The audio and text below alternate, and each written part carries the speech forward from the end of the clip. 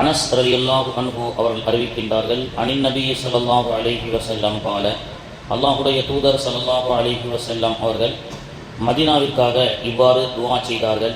அல்லாஹும்ம ஜஅல் bill Medina, இறைவா மதீனாவை கொண்டு லாஃபி, மதீனாவை புனிதமான நகரமாக ஆக்கி அந்த மதீனாவிலே பரக்கத் செய்வாயாக. எவ்வாறு மா ஜஅல்த பி மக்கா மினல் பரக்கா, மக்காவை எப்படி நீ பரக்கத்தானதாக அபிவிருத்தியானதாக ஆக்கி வைத்திருக்கின்றாயோ, மக்காவை எப்படி நீ ஹரம் என்ற சிறப்பான பூமியாக ஆக்கி வைத்திருக்கின்றாயோ, அதே போன்று மதீனாவையும் நீ ஹரமாக பரக்கத்துடைய பூமியாக ஆக்கிவை என்று அல்லாஹுடைய தூதர் அவர்கள் துஆ செய்தார்கள். இப்ராஹிம் அலைஹிஸ்ஸலாம் மக்காவுக்காக துஆ செய்தார்கள், மக்காவினுடைய வளத்திற்காக துஆ செய்தார்கள். நான் மதீனாவிற்காக துஆ செய்கிறேன் என்று பெருமானார் அவர்கள் கூறினார்கள்.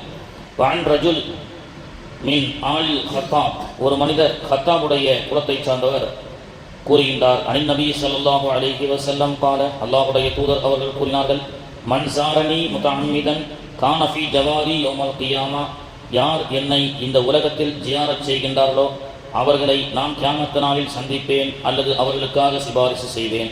வமன் சகனல் மதீனா, யார் மதீனாவை இருப்பிடமாக கொண்டு அந்த மதீனாவில் இருந்து வசபர பொறுமை காத்து அலா பலாஹிஹா, தனக்கு வரக்கூடிய சோதனைகளிலிருந்து அவர்கள் மதீனாவிலே பொறுமை காத்தார்கள் என்று சொன்னார். மதீனாவிலே இருக்கும் பொழுது சில அசௌகரியங்கள் ஏற்பட்டாலும் அந்த அசௌகரியங்களுக்கு பொறுமை காத்து மதீனாவிலே ஒருவர் வாழ்ந்தார். ஷஃபியான் யௌமல் கியாமா, அவருக்காக நான் கியாமத்து நாளிலே சிபாரிசு செய்வேன் என்று அல்லாஹுடைய தூதர் ஸல்லல்லாஹு அலைஹி வஸல்லம் அவர்கள் கூறினார்கள்.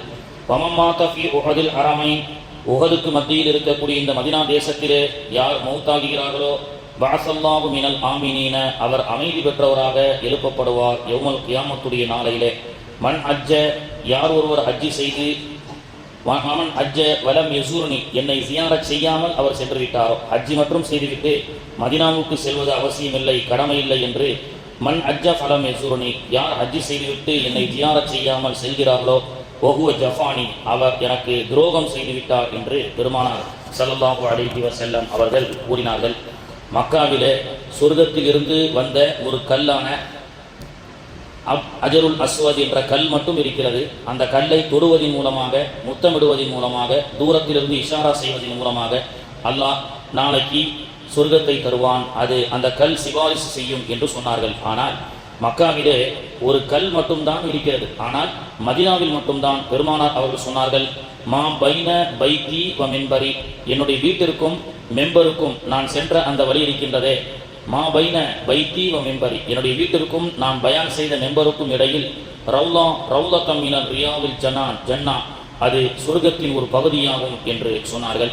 பெருமானார் அவர்கள் வீட்டிற்கும் அவர்கள் பயான் செய்த அந்த இடம் இருக்கின்றதே ஒரு சிறிய இடம், அது சொர்க்கத்தின் ஒரு பகுதியாகும் என்று சொன்னார்கள். உலகத்தில் ஒருவர் சொர்க்கத்திற்கு கால் வைத்து பரக்கத்தை பெற்ற, பரக்கத் என்று சொன்னால் வாக்கியம் என்று சொன்னால் அது மதீனாவுக்கு சென்று அந்த ரவுலா என்று சொல்லக்கூடிய ரவுலாத்துல் ஜன்னாவிலே செல்வதும் அங்கே நின்று தொழுவதும் பெரும் பாக்கியம், சொர்க்கத்தில் நின்று தொழக்கூடிய பாக்கியம் அந்த மதீனாவிலே கிடைக்கின்றது.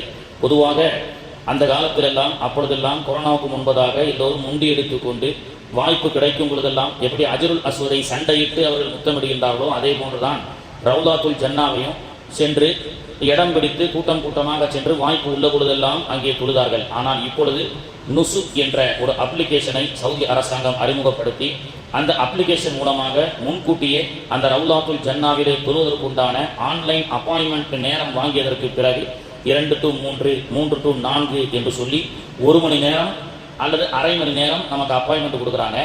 ஒரு வாரமும் 10 நாளும் மதீனாவில் இருக்கப்படக்கூடிய காலத்தில் ஒரு முறை ஒரு ஹாஜிக்கு வாய்ப்பு கிடைக்கிறது. எல்லா ஹாஜிக்கும் கிடைப்பதற்காக இந்த நுசுக் என்ற ஆப்பை இப்பொழுது அவர்கள் அறிமுகப்படுத்தியிருக்கிறார்கள். அதில் எல்லா ஹாஜிகளும் பெண்களுக்கென்று தனி நேரங்களும் ஆண்களுக்கென்று தனி நேரங்களும் ஒதுக்கப்படுகிறது. அந்த ரவுலாத்துல் ஜன்னாவிலே உள்ளே சென்ற மாத்திரத்திலே உலகத்தின் பல்கலைக்கழகம் என்று சொல்லக்கூடிய அஸ்ஹாபு சுஃபா, திண்ணை தோழர்கள், அபூ ஹுரைரா, பிலால் போன்ற ஏழை சஹாபாக்கள் எல்லாம் கல்வி கற்ற ஒரு சிறப்பான இடம். அந்த ரவுலாவுக்கு செல்லும் பொழுது ஒரு தூண் அமைக்கப்பட்டிருக்கும். அந்த தூணில் தான் சஹாபாக்கள் எல்லாம் கல்வியை கற்றார்கள். வறுமையிலே என்ற அந்த இடத்தையும் சிறப்பான இடத்தையும் பார்க்கக்கூடிய ஒரு பாக்கியம் கிடைக்கிறது. அப்போ உலகத்திலே அதனால தான் சொல்லுவாங்க, ஜன்னத் மே மதீனா நஹி ஹே லேக்கின் மதீனா மே ஜன்னத் ஹே. சொர்க்கத்தில் மதீனா இல்லை, ஆனால் மதீனாவில் சொர்க்கம் உண்டு. உலகத்தில் ஒருவர் நான் சொர்க்கத்தில் சென்று வந்துவிட்டேன் என்று சொல்லக்கூடிய பாக்கியம் மதீனாவுக்கு செல்வதன் மூலமாக கிடைக்கிறது. அது மட்டுமல்லாமல் மதீனாவிலே மீகாத்துக்கு செல்லாமல், குளிக்காமல், ஆயிஷா பள்ளிக்கு செல்லாமல், 6-7 கிலோமீட்டர் தவாஃப் செய்து சஹி செய்யாமல் உம்ரா செய்யக்கூடிய நன்மை மதீனாவிலே வேண்டும் என்று சொன்னால் மஸ்ஜிதுல் குபா என்று சொல்லக்கூடிய பெருமானார் அவர்கள் கட்டிய ஆரம்ப பள்ளிவாசல், மன் சல்லா ரகஅத்தைனி ஃபில் மஸ்ஜிதுல் குபா, குபா என்ற பெருமானார் அவர்களால் கட்டப்பட்ட அந்த பள்ளிவாசலிலே சென்று யார் 2 ரக்காயத்துகள் தொழுவார்களோ அவர்களுக்கு உம்ரா செய்த ஃபலஹு அஜ்ருஹு உம்ரத்தன், அவருக்கு உம்ரா செய்த நன்மை கிடைக்கும் என்றார்கள் பெருமானார் ஸல்லல்லாஹு அலைஹி வஸல்லம் அவர்கள். இப்படியாக ஏராளமான சிறப்புகள்.